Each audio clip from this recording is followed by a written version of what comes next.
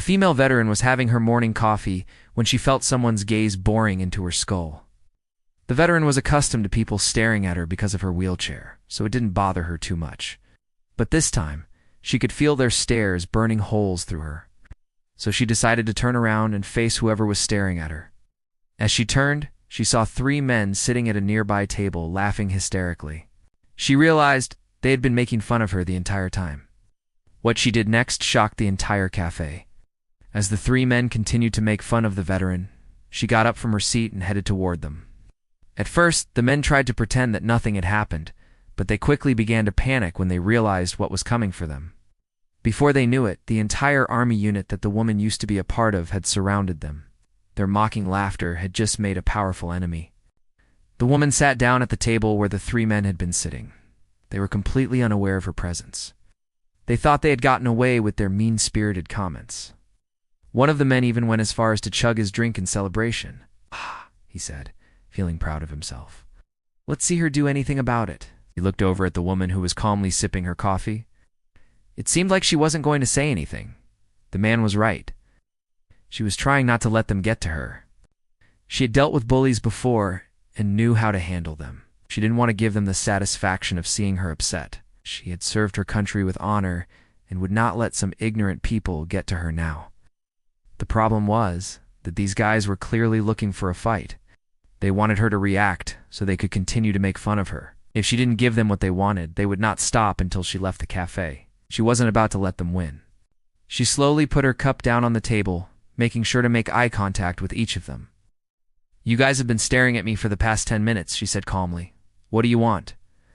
The men were taken aback by her sudden outburst. They had been so confident that she wouldn't do anything that they hadn't prepared a response. They had assumed that she would simply ignore them or try to reason with them. But her unexpected anger caught them off guard. "We were just admiring your chair," one of them finally stammered. "Admire your chair," she echoed, her voice dripping with sarcasm. "You think that's funny? How about I show you something that's actually funny?" With that, she stood up from her chair and wheeled herself closer to the men. They shrank back in their seats as she leaned in, her face inches from theirs.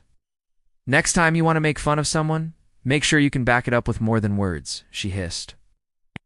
And with that, she turned and wheeled herself back to her original seat. The men were stunned into silence. They couldn't believe that she had dared to stand up to them, let alone threaten them. They had never seen anyone so brave and confident. She took a deep breath and tried to calm herself down. She knew that she had won this round, but she didn't want to let these men see that they had gotten to her. She finished her coffee and prepared to leave the cafe. As she wheeled herself toward the door, she heard one of the men snicker. "I can't believe she actually thought she could scare us," he said, shaking his head. "She's lucky we didn't call the cops." His friends nodded in agreement.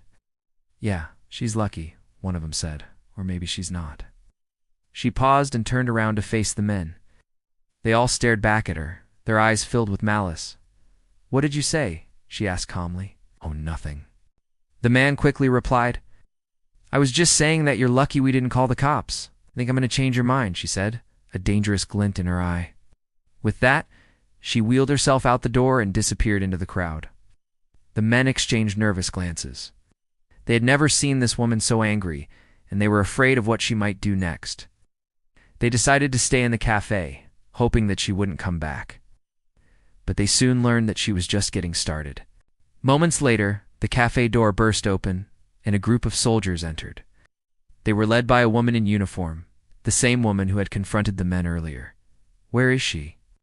the woman demanded, scanning the room. The men froze in fear. They knew that they were in trouble. The woman spotted them and strode toward them, her face expressionless. "You guys need to come with me," she said coldly. "What did we do?" one of the men stammered. Hoping that they would be reasonable. "You know exactly what you did," the woman snapped. "Get up and follow me." With that, she turned and marched out the door. The men looked at each other in terror. Had never been arrested before, and they were afraid of what would happen next. They knew that they were in serious trouble, and they wished that they had never met the woman in the wheelchair. Led them outside where a police car was waiting. She then handcuffed them and loaded them into the car. The men were stunned. They couldn't believe that they were being arrested. They had never been in trouble with the law before, and they were afraid of what would happen to them. As the police car drove away, the men could see the woman in the wheelchair standing on the sidewalk. She was watching them leave, a satisfied smile on her face. They had messed with the wrong woman, and now they were paying the price. News of the incident spread like wildfire. People were amazed by the woman's courage and the lengths she had gone to in order to defend herself. Some people criticized the men for picking on someone weaker than them, while others praised the woman for standing up for herself.